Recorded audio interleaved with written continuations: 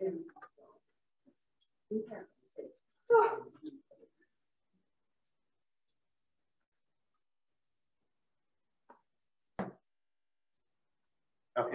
Well, today is an exciting day. Is that too loud? Good morning. Good morning. Good afternoon now. It's an exciting day. We are starting a new venture at Ring House. I'm not sure how much Gabe and Mika have shared, but this is the first week in a continuing series that we're developing. And that is, first we're going to have a visiting scholar series. So various Jewish teachers, mostly rabbis, will come and give pretty standard Jewish kind of lessons, lectures, discussions. Hope for feedback and questions from you as well. But this will lead into around February, March. We're developing the Ring Institute, what was it again? Hebrew Institute of Ring House. Yeah. So we're eventually cycling into the Hebrew Institute of Ring House, and you will see more information about that. But that will include really ideas that are interesting to Jews, but really past just the standard Torah classes. So we're looking at professors speaking about Israel, about the language of Hebrew, about the other aspects of Judaism from a more academic lens rather than simply a rabbinical lens. So that will allow you to register actually for that series, and you will then graduate from that series, graduate from that institute, as a way to bring together a certain amount of people in the same room at the same time, and whatever that room ends up being, or whether it be a Zoom room or with us or in your own rooms. But it gives us a little bit of a concretization of a series rather than just a lot of different programs. It will give kind of a chavurah, a community around the learning, which is in addition to, of course, the fine community you already have. It already brings one here as well. So today, to kind of open that, we're going to start with, I think, a fundamental idea in study, which is this notion of us being called people of the book. The people of the book. So where have people heard that term? What more people to know about that term? I was very surprised learning about that term, about the origin. So does anyone know more about the origin of that phrase, people of the book? Muhammad said it. That's right. Was it in the Quran? Or just Muhammad said it? So Muhammad, I heard it just as Islam, not as Muhammad, but I'm sure that's obviously where that teaching would come from. But the book comes from the description of certain peoples being people of the book. Largely, that would be the Jewish people. But he also, in a wider understanding of that term, people of the book, it could also be those Christians that center their lives around text rather than faith alone, or perhaps to the exclusion of faith. And over time, we see the expansion of those peoples, but it isn't discussed as much as our core of the Jewish people of the book. And what might the implication of that term mean? What does it mean to be a people of the book or a person of the book? Sir? It means we're chosen by God to be God's people. People of the book? And therefore we're people of the book. Okay, so an Am Segula. So that's really, perhaps I think a different area, but I think important. There is the chosen people, and then there's the people of the book. It could be that the reason we're so centered around the book or around text is that we could be from this greater connection we have to the book, and that is Torah, because we perhaps have the faith that God first gave the Torah to us, not to us exclusively, but as us to be the teachers of that Torah to others. The first time we are mentioned as the chosen people, does anybody know? The first time it says we're called the chosen people, or not, doesn't say Am a Nivchar yet. Am a Nivchar is a later term. But the term Am Segula, a treasured nation. So the Am Segula is first mentioned when we talk about the Ten Commandments. So in Parsha Yitro.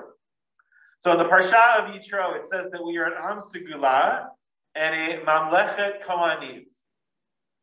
And those two terms are very important to the idea, to the connection. Because it might seem, let's go for a second, although this is not what I had thought about. Let's go for a second about what it means to be the Am Segula. What does it mean for us to be the chosen people? What has everyone felt about that term? Positive, negative? Positive. Okay? Can anyone want to take the other side of that? What could that mean for other people that are not chosen? Sir? Negative. How do you feel about the negativity of that phrase, sir? Because they're jealous. They're jealous, right? Okay. Yeah. They're not included. They're not included. They're excluded. They're excluded. Exactly. Because we're Right. chosen and they are not. Right. I think for the most part, there's certainly an amount of, I'm not sure how much anti-Semitism came from that phrase. I think the reason, it comes in a different way. In that, when the Jews have been so tightly wound together for so long, and so distinguished from other faiths, other peoples, other religions, is that mostly in our wanderings, we have been the other. And as the other, if we are noted as the chosen people, that more clearly identifies us as something that is not the majority. And therefore, when our numbers rise, the ruling party, the ruling power, wants to eliminate that chosen people. But if we look back at this phrase, that was not the intention of the Torah. The Torah, when it first mentions Am Segula, mentions it in combination with Mamlechet Kohanim, which means not only a priestly nation, but what does a priest do besides work in the temple? What does a Kohen do work in the temple? Because a regular Kohen, right, there are thousands of Kohanim. And millions over time, but at one time there were many people that were descendants of Aaron. And do I have any Kohens here? Or married to a Kohen? No Kohens? Or married to a Kohen? My father was a Kohen. Your father was a Kohen, or sisters of a Kohen, right? So there's always a few. So if you multiply that by the many thousands and millions of Jews, even then, at the time of the temple, there were a lot. So they couldn't all work in the temple. And they didn't just hang out and eat the holy food. They went out. Before they were rabbis, there were priests, there were Kohanim. And what a priest means is not just his sacrifice in the temple. That's perhaps the highlight of his job, but certainly not the day-to-day, or not the week-to-week even. What a Kohen did at that time was to go out and to teach the message of the Torah. So when we call ourselves a Mamlechet Kohanim, what is that implication? If we call ourselves a priestly nation, or the Torah calls us a priestly nation, what mission does that give us? Teach. To teach, exactly. So going back even further, who was the first monotheist?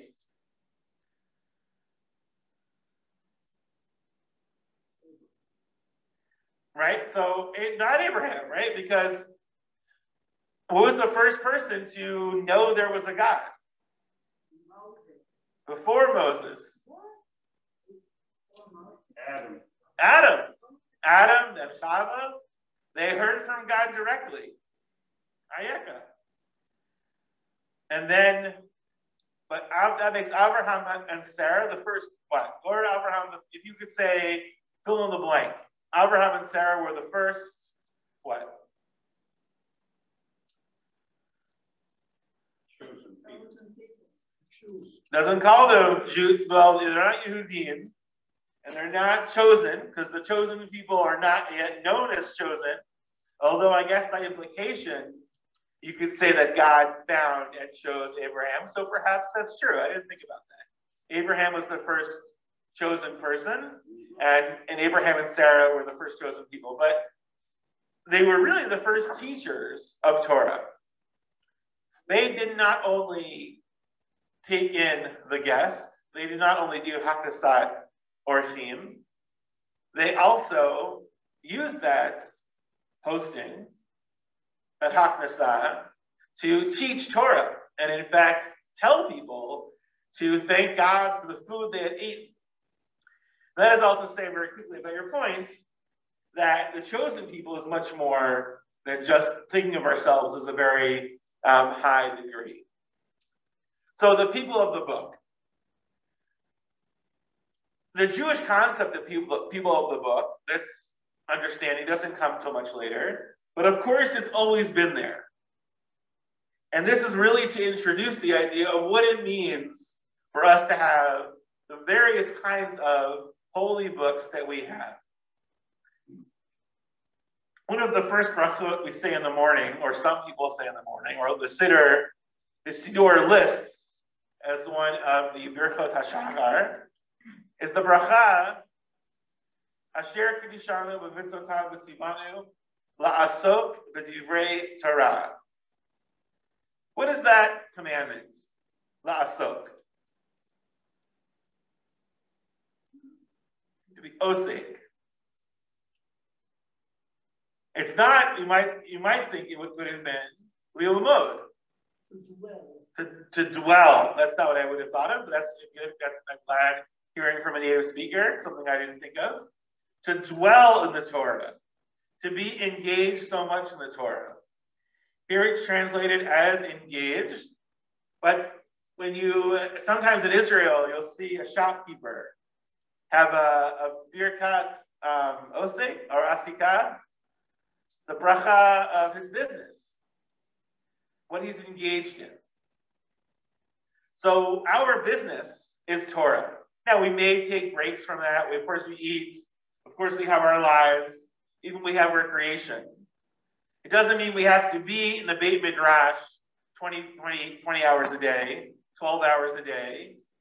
You know, my kippah on to those that do. But there's a world to see. There's a life to lead. There's Torah everywhere. And so, la'asok b'divrei Torah is that we are engaged in Torah. There's even that word, la'asok. If you take it a little bit further, you might even say in English that you're soaked in Torah. That's, of course, not the translation. But the idea that if you look at that sponge soaking in the water, and if you squeeze it out, you can never really squeeze out the water inside of it. So too is all that Torah that we soak up from wherever we're soaking it up. And as much as our life tries to wring out that Torah from us, or the distractions try to take us away from it, so too we try to soak in as much as we can. Did I say something, David? Oh, I thought I saw your hand.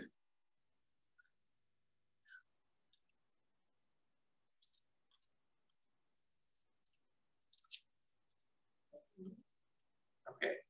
So, of course, this idea comes up in various places of what it means to be engaged in it.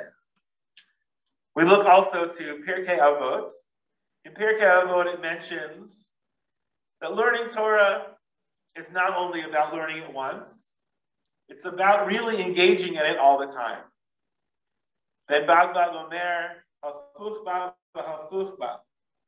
We roll it over and over again.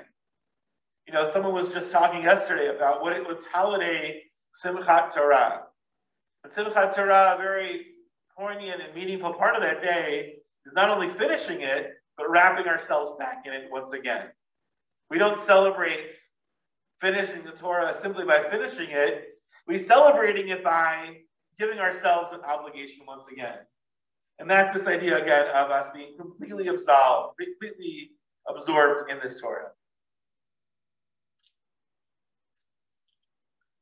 And when we think about where we have these ideas, they come through really in how we take apart the Bible. And I'm calling it the Bible for a very important reason.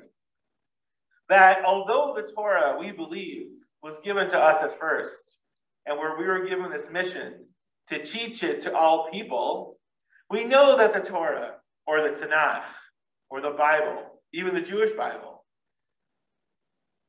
what some people might call the Old Testament, we know that it's used in various ways. We know that really almost all faiths that we know hold the words of the Torah, the words of the Bible, with great sanctity, with great holiness and kedusha.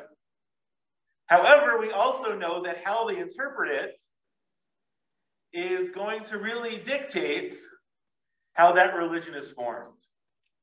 So what might be different about how Jews understand and use or interpret and engage in the Torah? What's different about the Jewish approach, perhaps, than others? And it may not be completely different. There may be ideas of it elsewhere. But how is Judaism formed around the Torah versus perhaps Islam or Christianity or other religions or other sects of those religions? The difference that I see is that we have Midrash.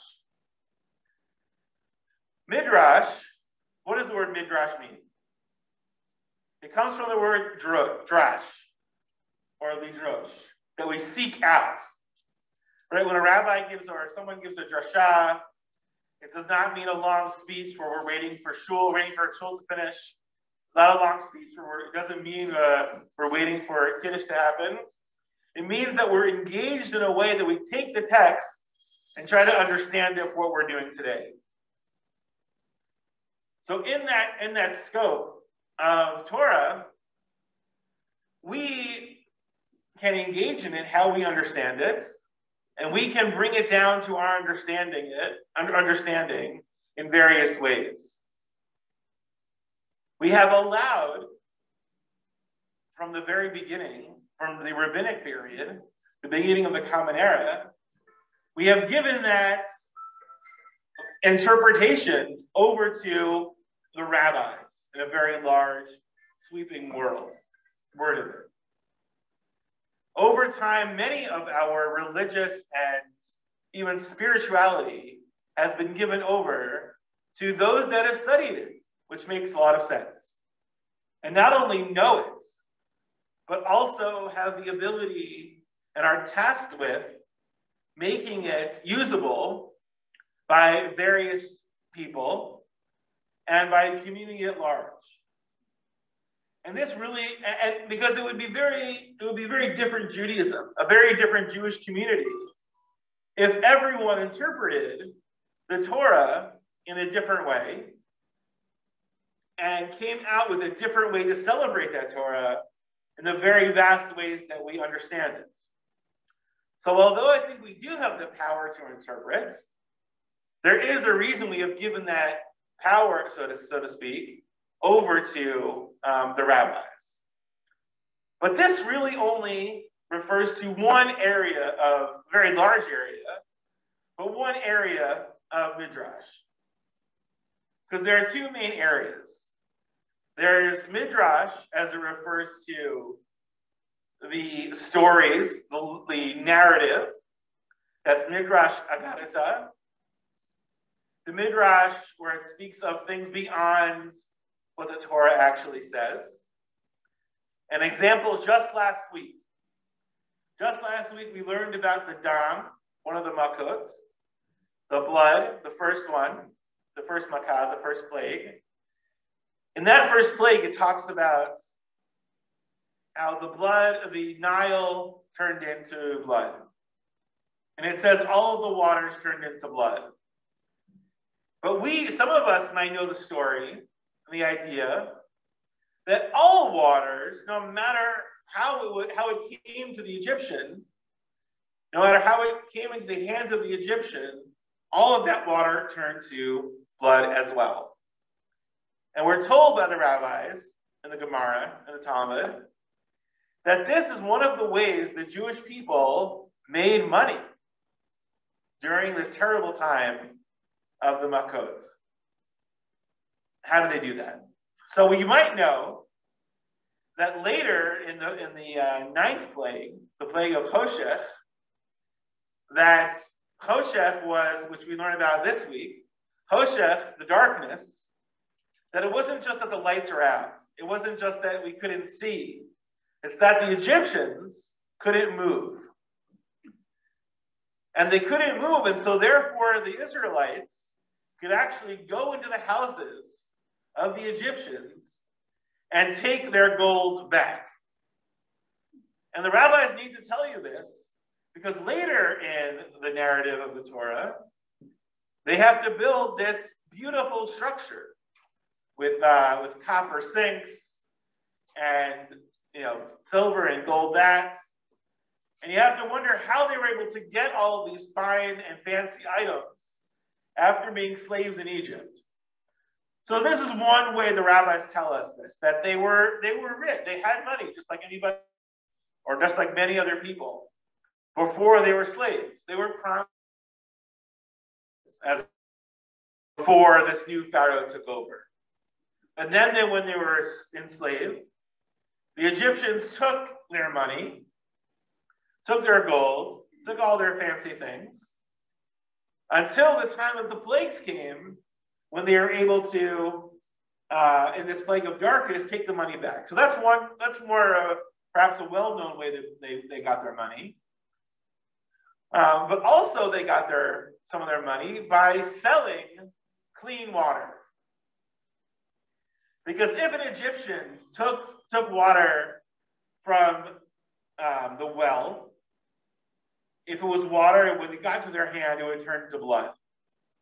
Even if a Jewish person had a bucket or a barrel of water in their home, and the Jewish person could take the water out of the bucket or the barrel, if he tried to give that clean water to the Egyptian, immediately that water returned to blood. And that, of course, is not in the Torah, but an important idea that's in the Midrash. And I think we have to learn that in order for us to understand that it seems that God would have affected everyone, that God would have really hurt the Israelite people while he was hurting the Egyptians.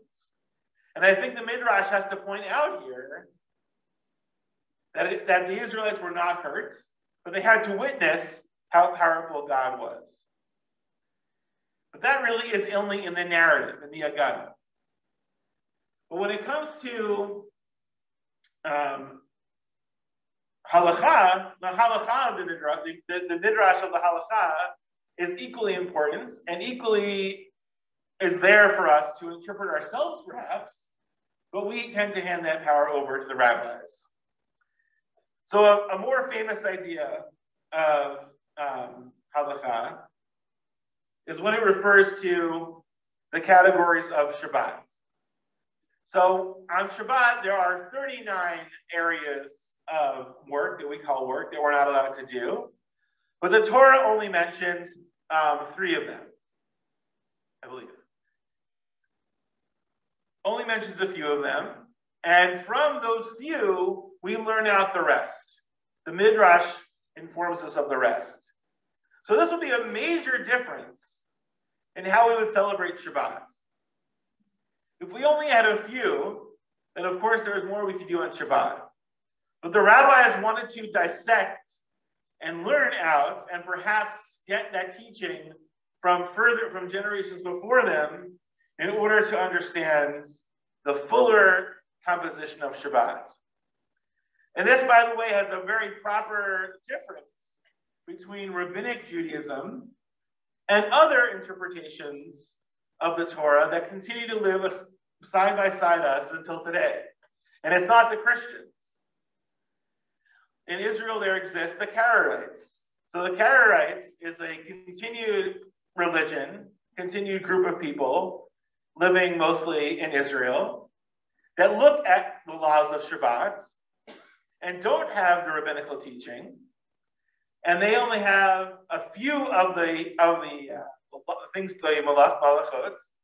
the things that are prohibited on Shabbat. But among those things, it includes the value of not transferring a flame, or how we understand not transferring a flame. So for the Jews, it means that we cannot take a pre-existing flame, even a pre-existing flame, and move that candle, or that flame, from one candle to a different candle. It could mean that for sure it means that we can't light a candle. But you might think that you would be able to take that one fire and pass it on to others. But the rabbinical teaching tells us we can't do that. It doesn't say, you also might think that it means we can't use fire at all. Because it says, lo ta'avara eish, not to transfer the flame in your home. But for the Karaites, what they come to understand it to mean is that we cannot have fire in our homes at all. So in the Karaite religion, there is no use of fire. Right? Today, we have the use of fire, in that we have, we could keep our oven on, we can keep our hot plate on in order to have hot food on Shabbat day. We can have our lights burning throughout as long as we don't turn them off. And we continue to celebrate Shabbat in a very positive way while still having these fire and heat and light over this day.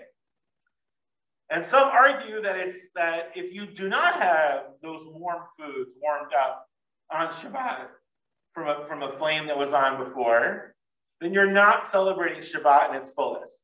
In fact, you're really denying the rabbinic tradition of being able to utilize this extra allowance for having the flame continuing on. And that's how we understand the importance of continuing the rabbinic tradition of having the Midrash Halakha. But there's also the Midrash Agadata, the Midrash of the narrative. And the Midrash of the narrative is used in various ways. I already described the way that we use the very common Midrash, the very well-known Midrash. I mentioned the example in the book of Exodus that we had from the last week's Parsha.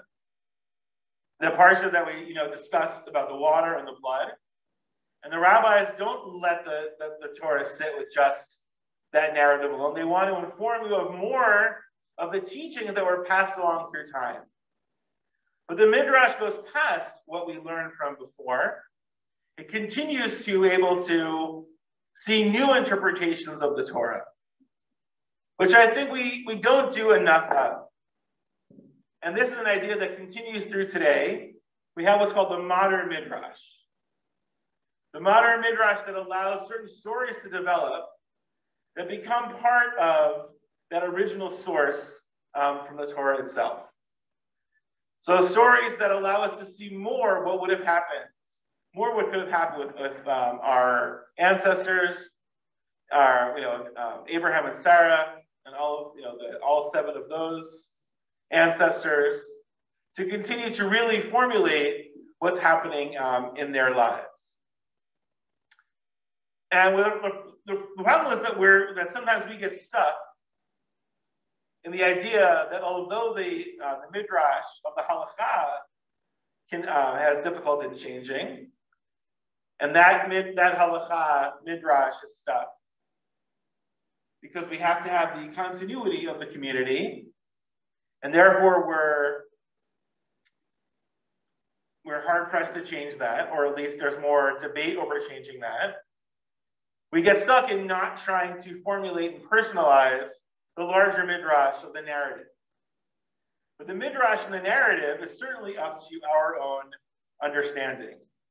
And the rabbis certainly understood the need to not only depend on the text before, but also to understand other stories that appear in the Talmud specifically, that are not really referenced in the Torah or the larger Tanakh.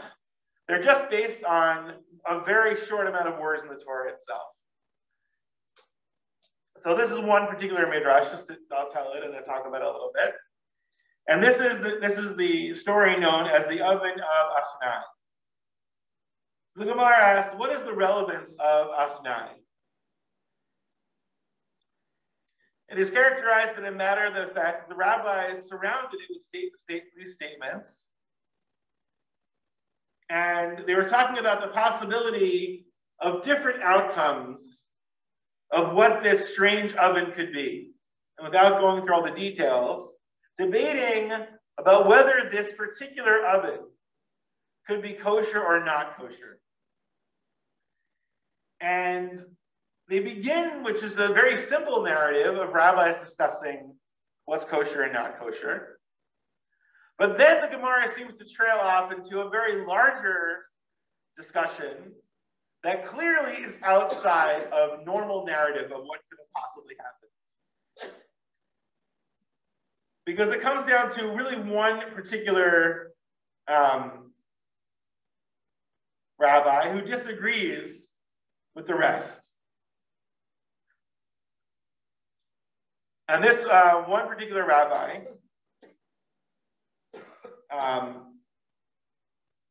Rabbi Eliezer, disagrees with the larger majority. And you'll often find that, of course, in the Gemara, that there is really one outstanding voice and a larger majority of voices around one issue. And he really is holding out that he thinks this oven is kosher when the rest believe that it is not.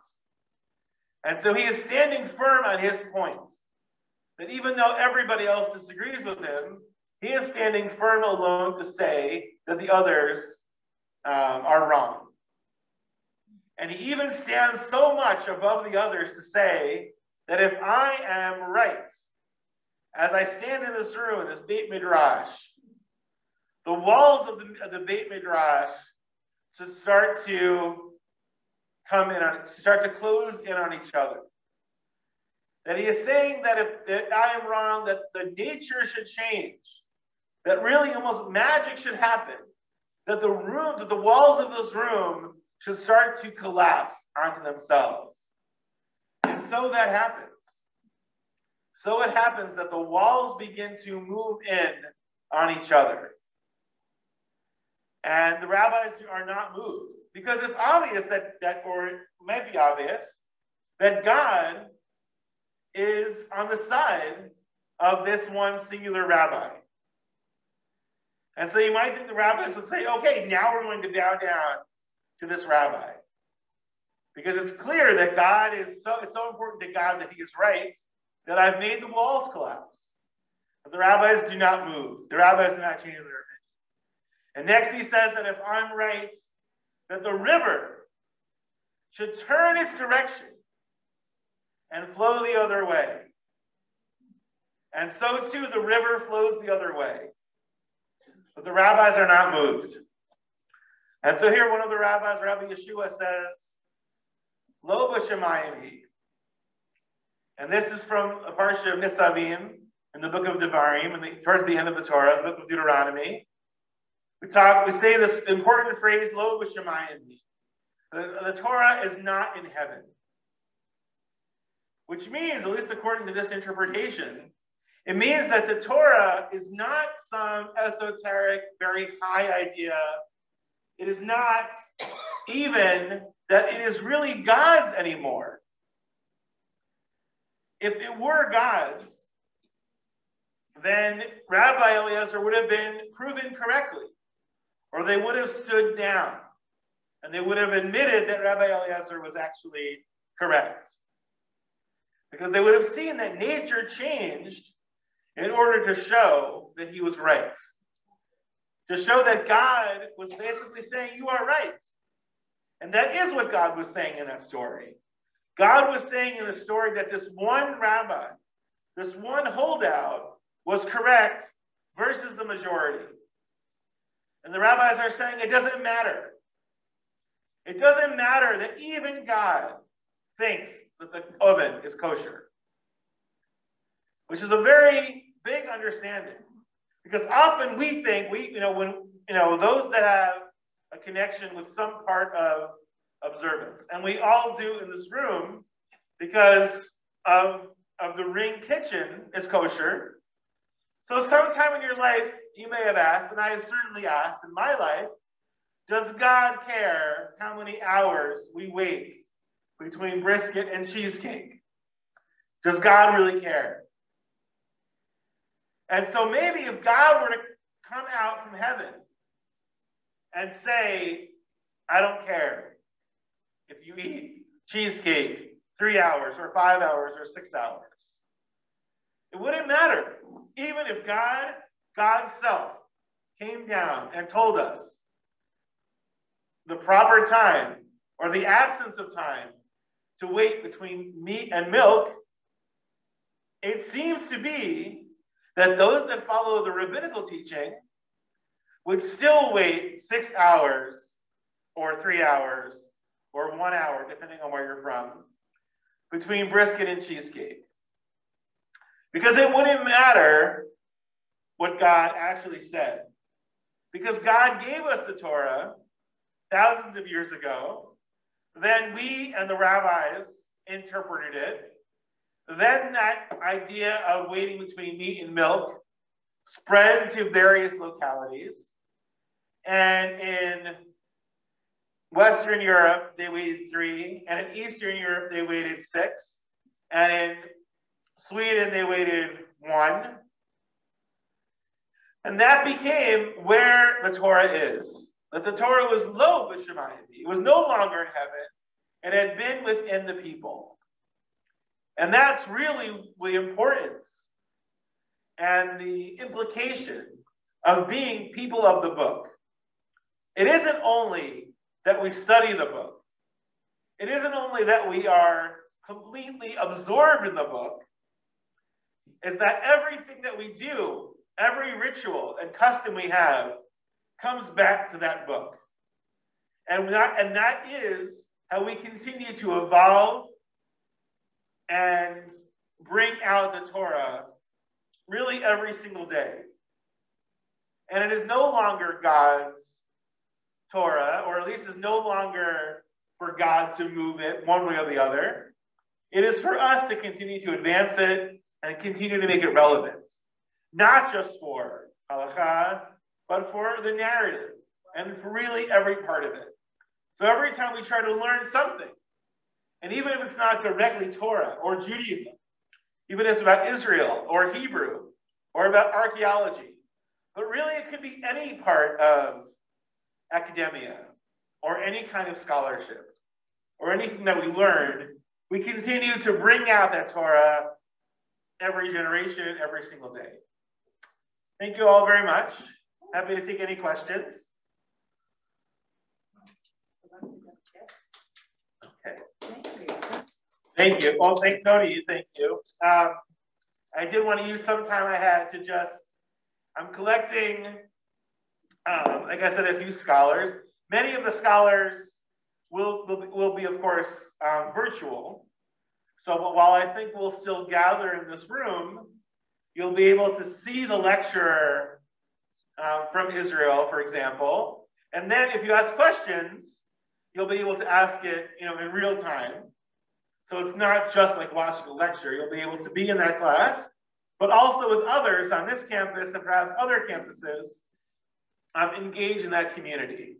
So I thought originally it would only be people in this area, but then I thought that was too myopic or too closed, that although we'll lose out on that personal connection, or at least the physical connection, we gain a lot more by inviting the global scholarship of wherever in the world. So are there any topics perhaps that you would be interested in that I should continue to explore? I have a great I can't remember her name now, but she wrote a book about basically the expansion of the Green Line and really settling outside of the Green Line from a very scholarly point. She has not really, she's not particularly adamant about her Zionism. It's really from an academic viewpoint. Also looking at issues of the military and just how we've defense over our times, anti-Semitism over many centuries, of course. Other topics that would be interesting to you that you might want to, that I should find people for. Or other Jewish topics perhaps you're interested in. Just the beginning. What's that? It's just the beginning. Just the beginning. So as you think of more, a while back when before COVID, I was doing coffees with like a Q&A with residents.